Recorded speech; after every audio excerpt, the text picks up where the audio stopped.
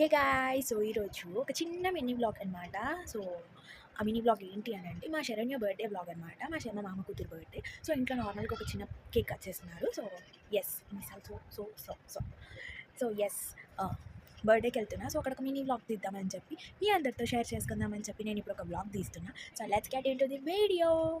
నన్ను తీసుకుపోవడానికి బర్త్డే గర్లే వచ్చింది guys. Happy birthday. Thank you.